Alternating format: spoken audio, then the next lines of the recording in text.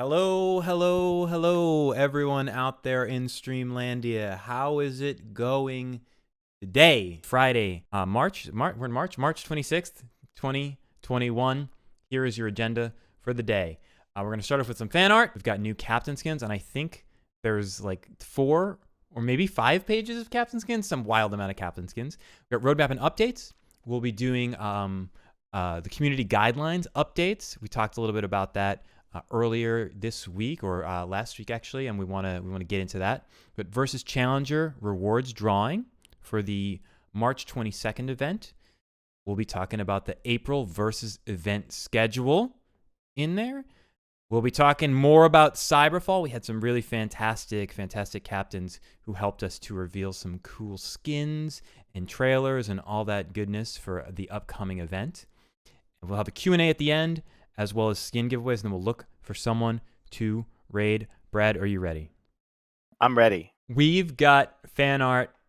We've got fan art from Andy Ari, Andrew1265, and then Precats Waffles. Big ups to all the artists featured this week. Speaking of art, here is the first page of captain skins for this week.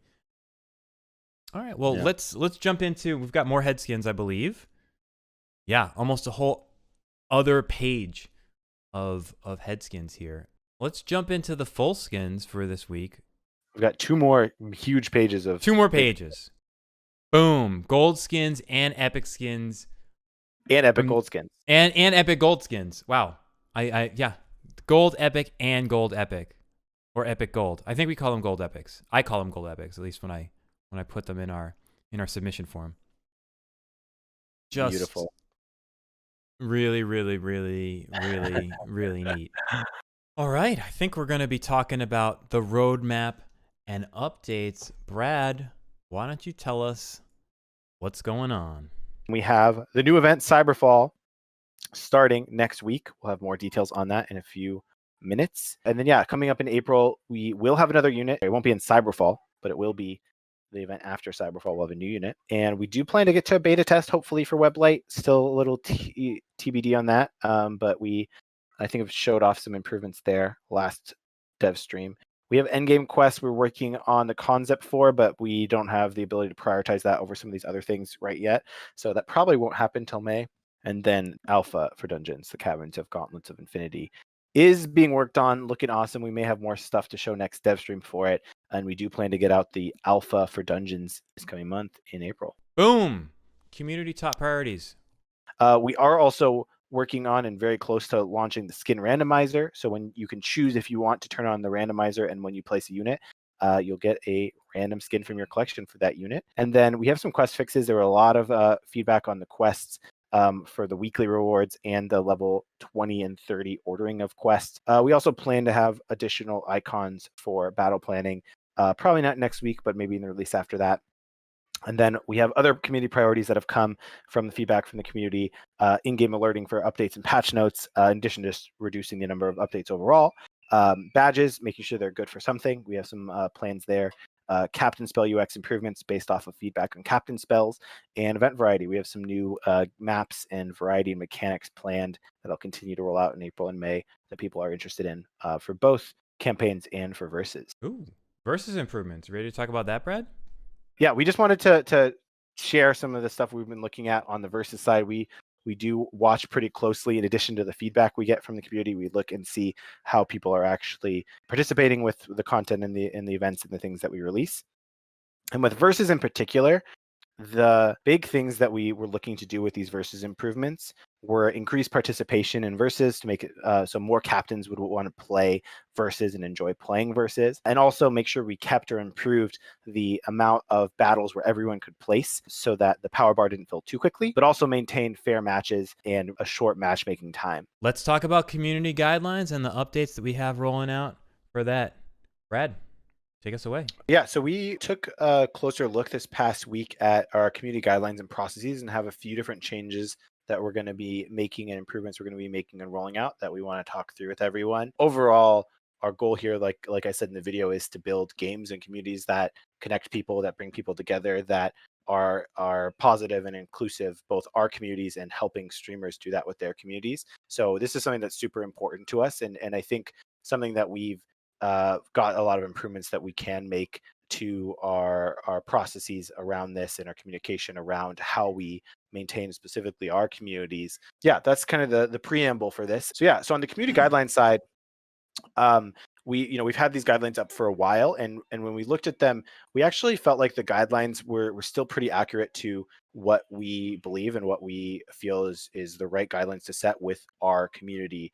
One thing we are planning to add that we did not have explicitly written out in here is a separate section for partner and affiliate expectations. So the other big piece, right, after the guidelines are set and clear, is improving our moderation and specifically the resulting actions that can come from those guidelines. Another problem that we found when we really dug into kind of our system and what's scaled and hasn't scaled as we've grown, we never really had a clean system for processing and incoming reports. So what we're going to be doing is actually rolling out a new form for both internal team to be able to look to, but more importantly, the community to have access to report any actions or interactions or people who they believe are breaking community guidelines or our affiliate or partner expectations.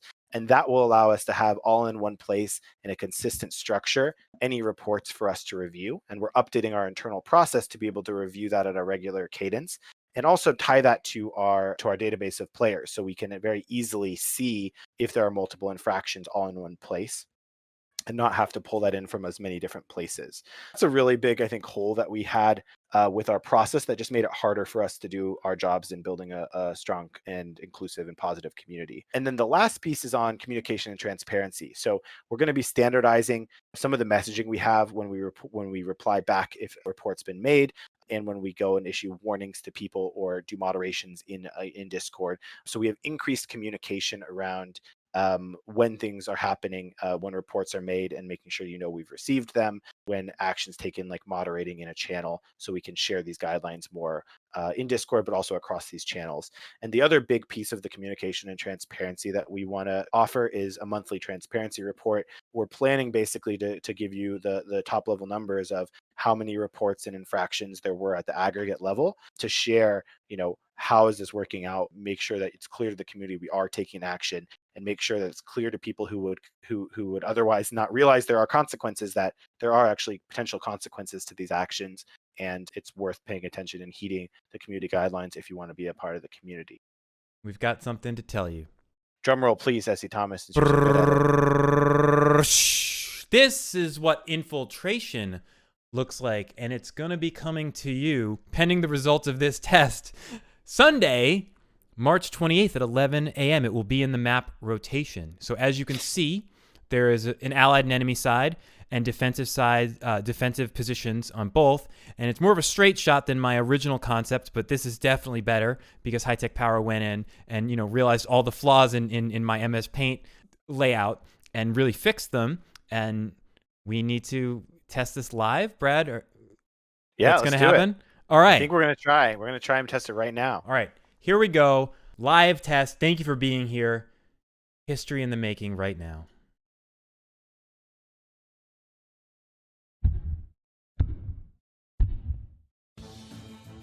All right. Team Thomas breaking out on the left-hand side. Lots of speed. Straight into just, wow. A lot of defense from Kermon. This is scary. I'm scared. I hope nobody paid attention to my battle planning. Defense is too strong. Too strong. Nerf wow. Kermon is just... Okay. I think it's going to end up being defensive zones facing off. Oh, maybe not. Oh, Team Kermon. I'm feeling a little nervous right now.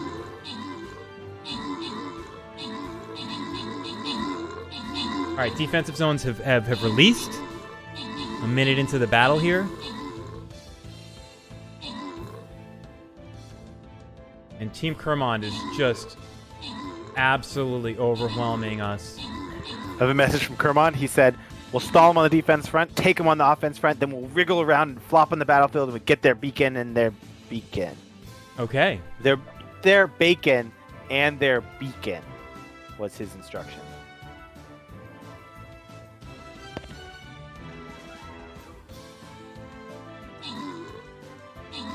Uh-oh.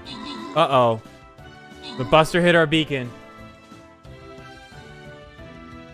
Uh-oh. This is bad for us.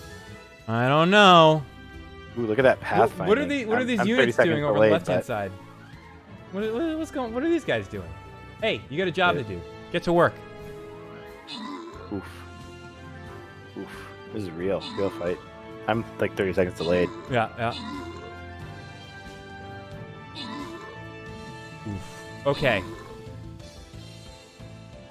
The pathing's actually better than I expected. As much as It's not too bad. scuffed. It's not too bad. There was a few They people. actually got the right place at least. I'm here from the future. Kermont players +3 bones. That's right. Pathing's hellscape. Okay, people are not as forgiving, says OV Arctic Skull, and Tyler's All right. All right.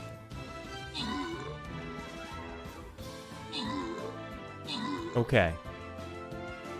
All right, we need a way to break through the defense. Well, okay, I was going to say, they get to kill the obelisk after they kill all of us? No. Okay. What do we think? Should we test again, Brad? That's pretty cool. I think we should do at least one more. They're just going to go straight to the obelisk, right? Yeah. Which is what's supposed to happen. You want to break through and conquer. Who's running? Are those rogues that are not going to the obelisk? I don't know.